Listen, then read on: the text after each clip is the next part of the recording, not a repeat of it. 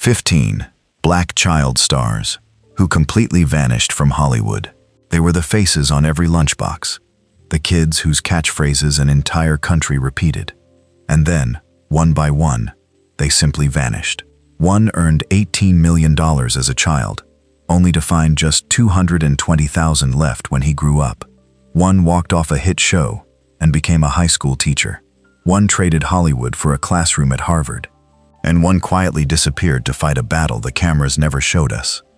15 child stars, 15 endings nobody saw coming, and the truth behind their disappearance is nothing like what the tabloids told you.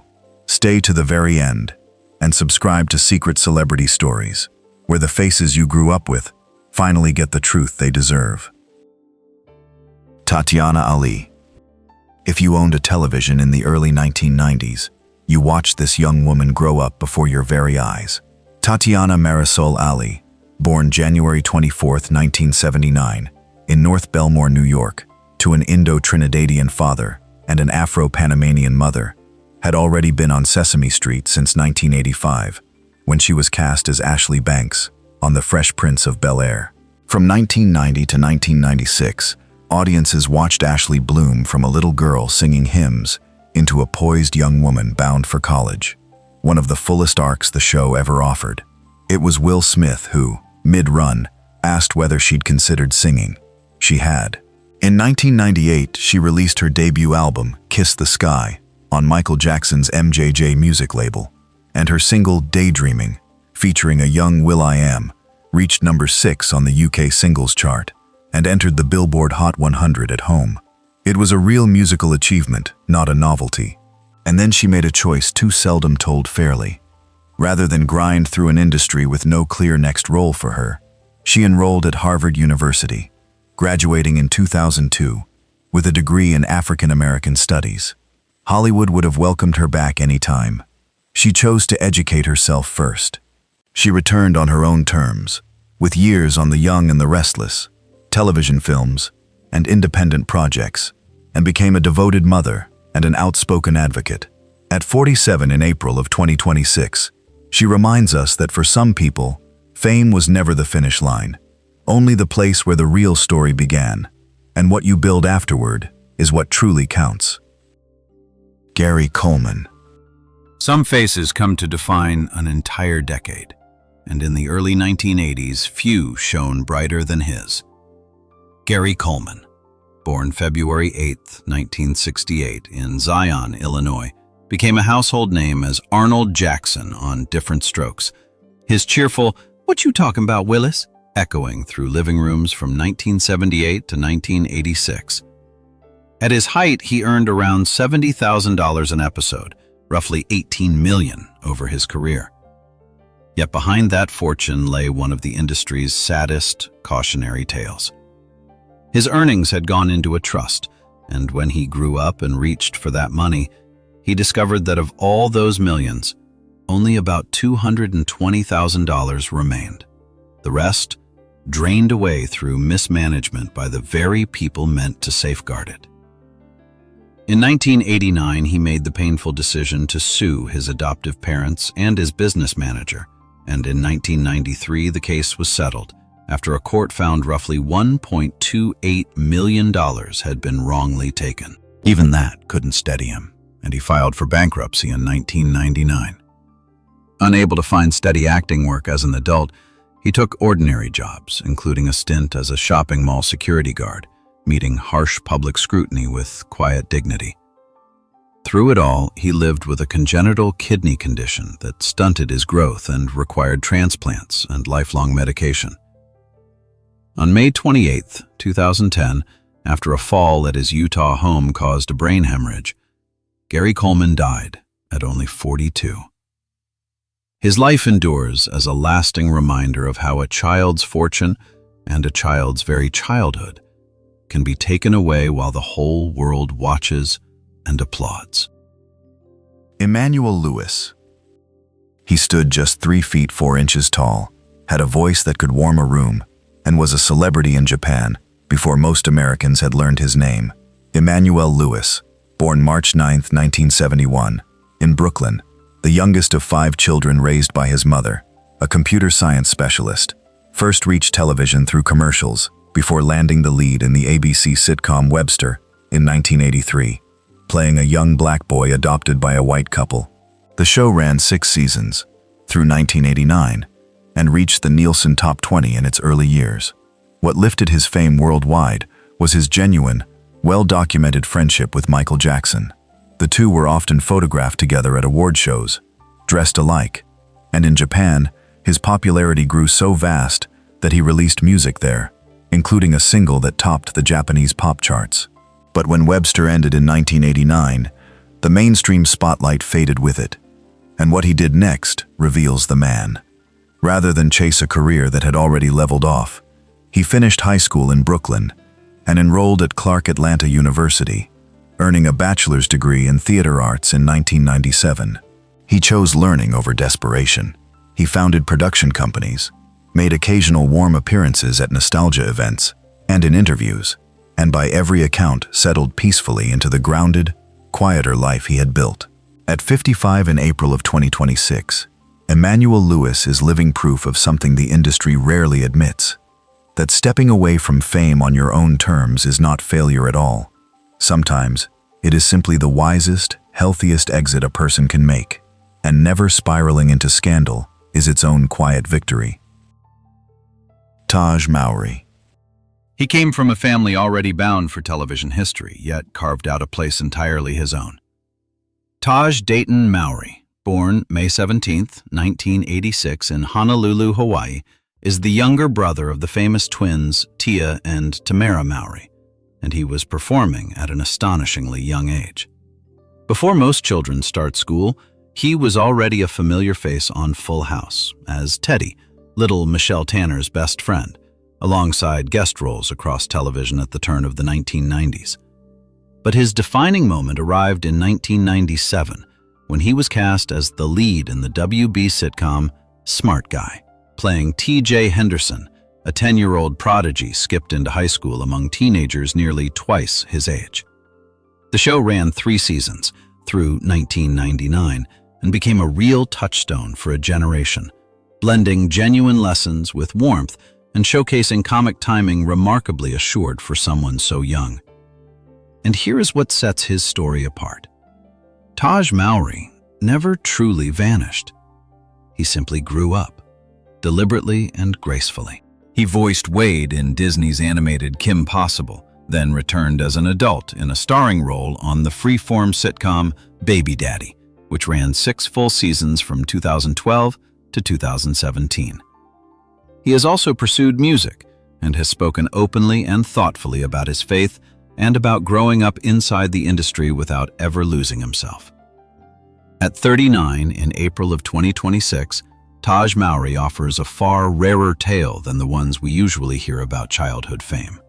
Not a warning and not a tragedy, but a young man who was raised well, stayed grounded, and quietly built a career with real staying power stretching across 4 decades of work. Rachel True. There is a certain kind of performer Hollywood has never quite known what to do with. Someone striking, original, and specific in ways that refuse the tidy categories the industry prefers. Rachel India True was exactly that artist.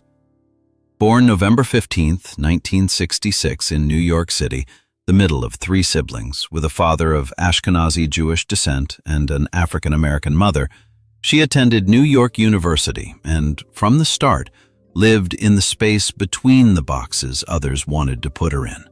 Her television debut came in 1991 on The Cosby Show, and through the early 1990s, she built a resume of guest roles: Beverly Hills 90210, The Fresh Prince of Bel-Air, Family Matters, that showed genuine range, even as the industry never handed her the platform she'd earned.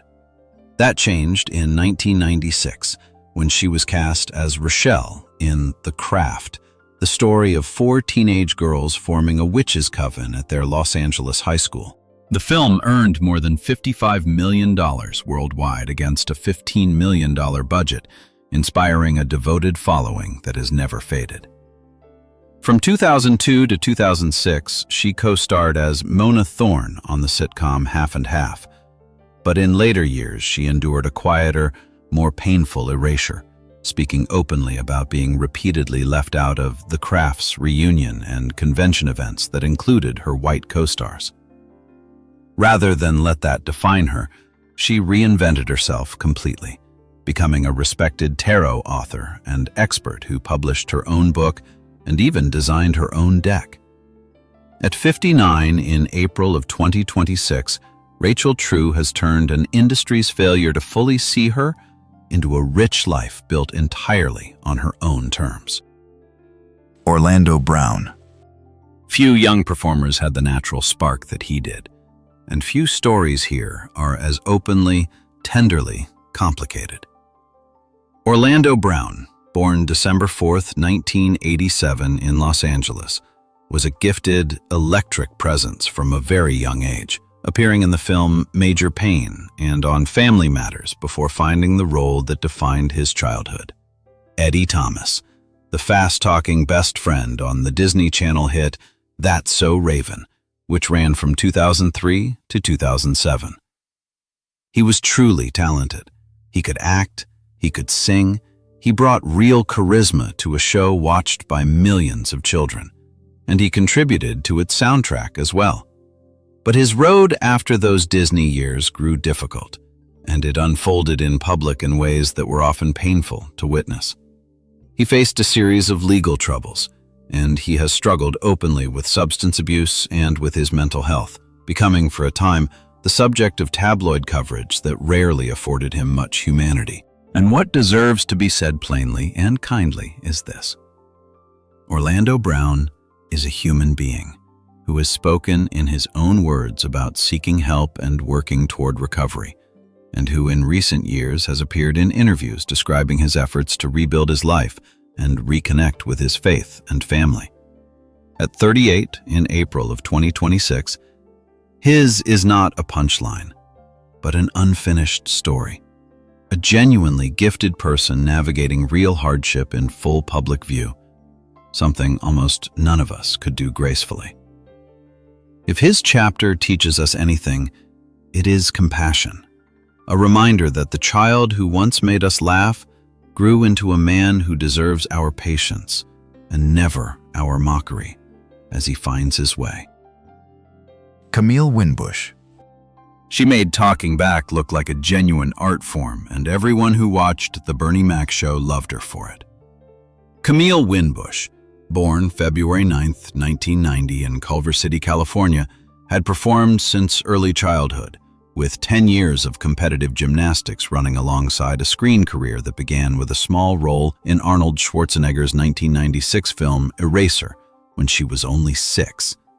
Her defining part arrived in 2001 as Vanessa Tompkins, the sharp-tongued older niece on The Bernie Mac Show. Sharing the screen with Bernie Mac, one of the most naturally commanding comics of his generation, an 11-year-old Camille held her ground with complete, unshakable confidence. The show ran on Fox for 5 seasons through 2006, won a Peabody Award in 2002, and drew several Emmy nominations, and across its run, her character deepened from defiant teenager into a far more complex young woman, an arc she followed with a subtlety many adult performers never find. Afterward, she took a recurring role as Adrienne Lee on The Secret Life of the American Teenager, keeping her familiar to a new audience. But she was never willing to be confined to one lane. She pursued music seriously, singing with a jazz band and releasing her own material, then moved deliberately into business, running a skincare line and building ventures well outside entertainment. A competitive gymnast, a child actress, a jazz vocalist, an entrepreneur, she refused to let any one label be the last word on who she was. At 36 in April of 2026, Camille Winbush's story is that of a woman who always understood she was more than her roles, and who built her whole life on exactly that stubborn truth. Reagan Gomez Preston. She spent her childhood playing the eldest daughter on one of the 1990s most underappreciated family sitcoms, then spent the decades that followed proving her talent had always been far larger than the platform that first held it. Reagan Gomez Preston, born April 24, 1980, in Detroit, Michigan, to a Puerto Rican mother and an African-American father, was already working professionally when she was cast as Zaria Peterson on The Parenthood, the WB sitcom starring Robert Townsend that premiered in January of 1995 and ran 5 seasons through 1999. Set in Harlem and built around an upper-middle-class black family facing real pressures with humor and grace. The show never won the mainstream recognition it deserved, yet it earned a loyal, lasting audience. And Reagan carried Zaria across 90 episodes with all the maturity the character required. After it ended, she moved through the industry with the quiet persistence of a woman who knew her own worth, even when casting directors did not. She appeared in the 1996 film Jerry Maguire and the short-lived sitcom Love, Inc. She built a genuinely honest presence online, candid about motherhood, about the industry's fraught relationship with black women, and about carrying a career whose most famous work came long before the streaming age. And she expanded into voice acting, starring in an animated web series she wrote and produced entirely herself. At 46 in April of 2026, Reagan Gomez Preston represents something the industry rarely pauses to honor: a performer who worked steadily and honorably, without a single catastrophic headline, and whose contributions have always deserved far more recognition than they ever received in the moment. Brandon Hammond. He narrated a film at 13 with the weight and precision of someone twice his years, and audiences felt every word. Brandon Laurenti Hammond, born February 6, 1984, in Baton Rouge, Louisiana, had already appeared in Menace II Society at just 9, before anyone quite grasped how significant his path would become. The late 1990s belonged to him. He appeared in Waiting to Exhale in 1995, in Tim Burton's Mars Attacks in 1996, and in Space Jam that same year, playing the young Michael Jordan in the film's opening flashback, a small part in an enormous cultural landmark. But the performance that defined his childhood was Ahmad in Soul Food in 1997, directed by George Tillman Jr. That film earned more than $43 million and was praised as one of the most honest portraits of black family life ever put on screen, and it was Hammond's gentle narration that served as its emotional spine. He won the Nake Image Award for Outstanding Youth Actor in 1998 for it. On television, he held a recurring role on Dr. Quinn, Medicine Woman, while also starring as the son of the great Gregory Hines on The Gregory Hines Show. His final acting credit came with the 2002 Showtime film Our America, and then, after turning 18, he simply did not return. Not for fame, not for nostalgia, not for anything that wasn't truly his own choice. Instead, he moved behind the camera, writing and directing short films, approaching storytelling now as a filmmaker rather than a performer. At 42 in April of 2026, Brandon Hammond stands among the rare ones, a child actor who created genuinely important work, then decided, on his own schedule, exactly what would come next. Vanessa Baden Kelly. She was a familiar face on children's television before most classmates had finished grade school, and grew into one of the quietly most accomplished figures on this entire list. Vanessa Baden Kelly, born in 1986, began her screen career remarkably early, appearing as a small child on the acclaimed Nickelodeon series Gullah Gullah Island, before landing the role a generation still remembers: Kira, the little sister, on Kenan and Kel, the beloved Nickelodeon sitcom starring Kenan Thompson and Kel Mitchell. Across the show's run in the late 1990s, she appeared in more than 60 episodes, holding her own inside one of the most energetic comedy duos the network ever produced. But rather than spend her adult years chasing the fading light of childhood stardom, Vanessa made a deliberate turn that proved genuinely visionary. She moved behind the scenes to become a writer and producer, and her gifts there ran even deeper than her work on camera. She became a driving creative force on the digital series Giants, a critically celebrated web series exploring the lives of young black creatives, and her work on it earned a Daytime Emmy Award in 2019, a real and hard-won mark of recognition, earned entirely through the strength of her writing and producing. She has also become an eloquent essayist and advocate on social and political questions. At 40, in April of 2026, Vanessa Baden Kelly embodies one of the most hopeful arcs a former child star can have. Not vanishing at all, but transforming into a storyteller with real power over which stories finally get told. Moving from being watched on screen to deciding what the rest of us are given to see. Marcus T. Polk. He was the little brother America wanted, and the scene stealer nobody had seen coming, and for 6 seasons, he lifted very nearly every episode he appeared in. Marcus Terrell Polk, born October 12, 1986, in Los Angeles, was practically raised on a soundstage. He was already doing voice work on the MC Hammer animated series Hammerman by 1991, when he was just 4 years old.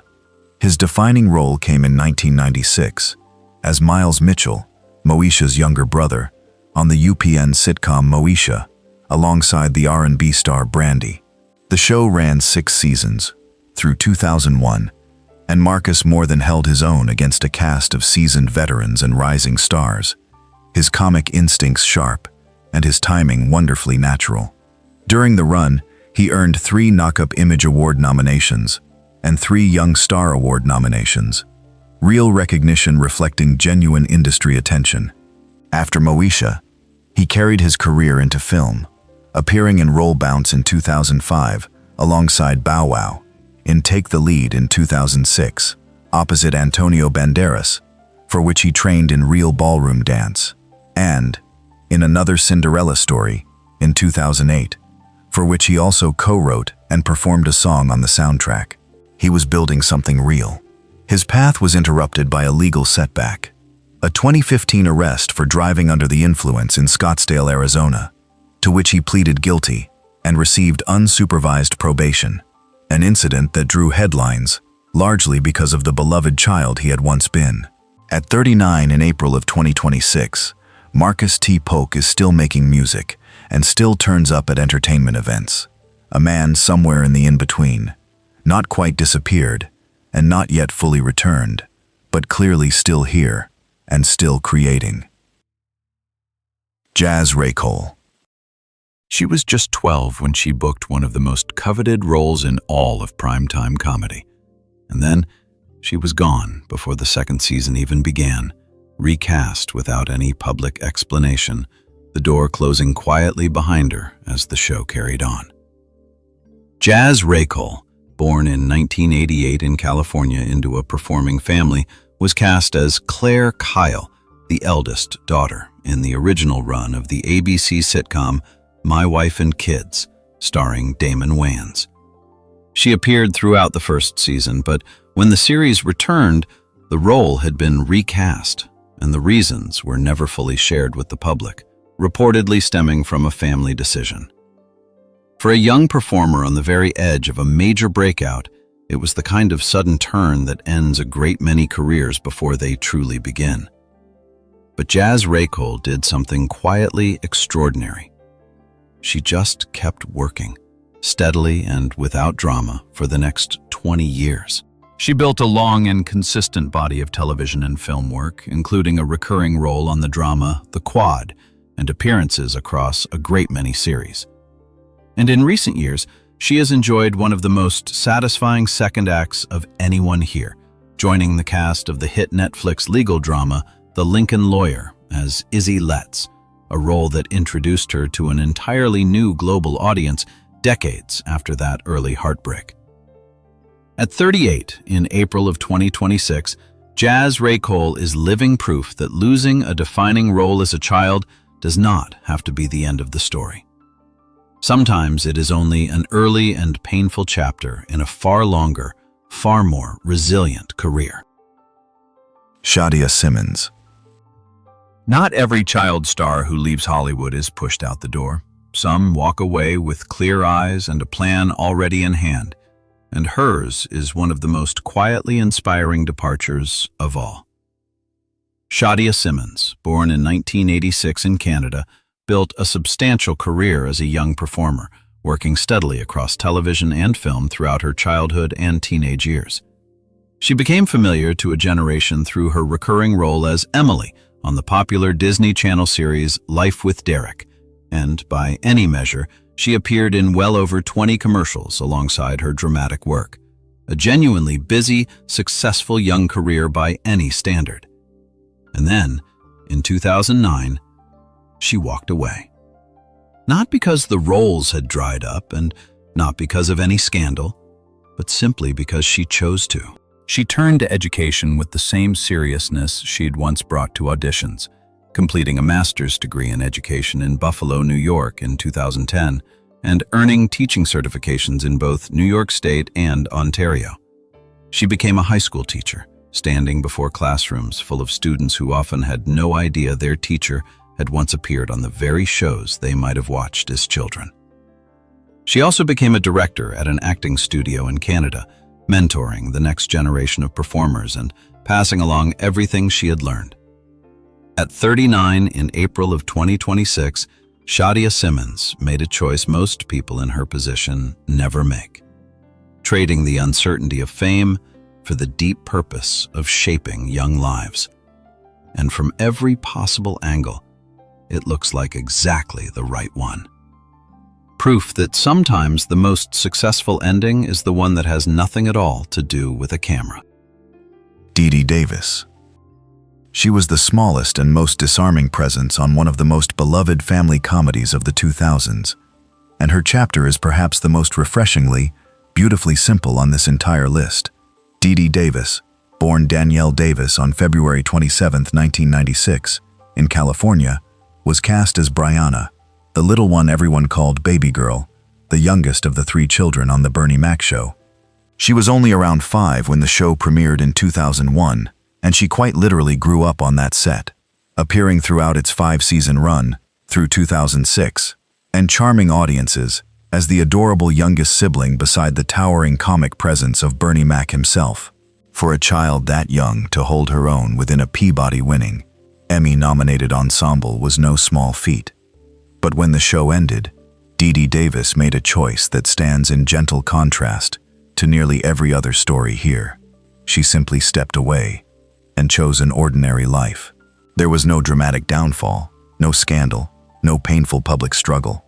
Only a young woman who decided a normal childhood and a private adulthood were worth far more to her than the endless pursuit of fame. She has largely remained out of the public eye ever since, connecting warmly with fans now and then, and looking back on her time on the show with real fondness. At 30 in April of 2026, Dee Davis represents something the entertainment world rarely lets us see. A former child star, for whom vanishing was never a tragedy or a mystery at all, but a healthy, deliberate decision to live life on her own quiet terms. Proof that sometimes the happiest ending of all is simply a peaceful, ordinary one. 15 child stars, 15 very different endings. Some were failed by the very industry that profited from them. Others walked away and never looked back, building lives as teachers, scholars, writers, and business owners. A few are still writing their next chapter right now, but it leaves us with a question worth sitting with. How many of these stories might have gone differently if Hollywood treated its children as human beings first and revenue streams second? We celebrate the child who makes us laugh, and rarely ask what happens once that child grows up. So tell us, which of these 15 surprised you most, and whose story do you wish you'd known sooner? Subscribe to Secret Celebrity Stories, where the truth outlives the spotlight.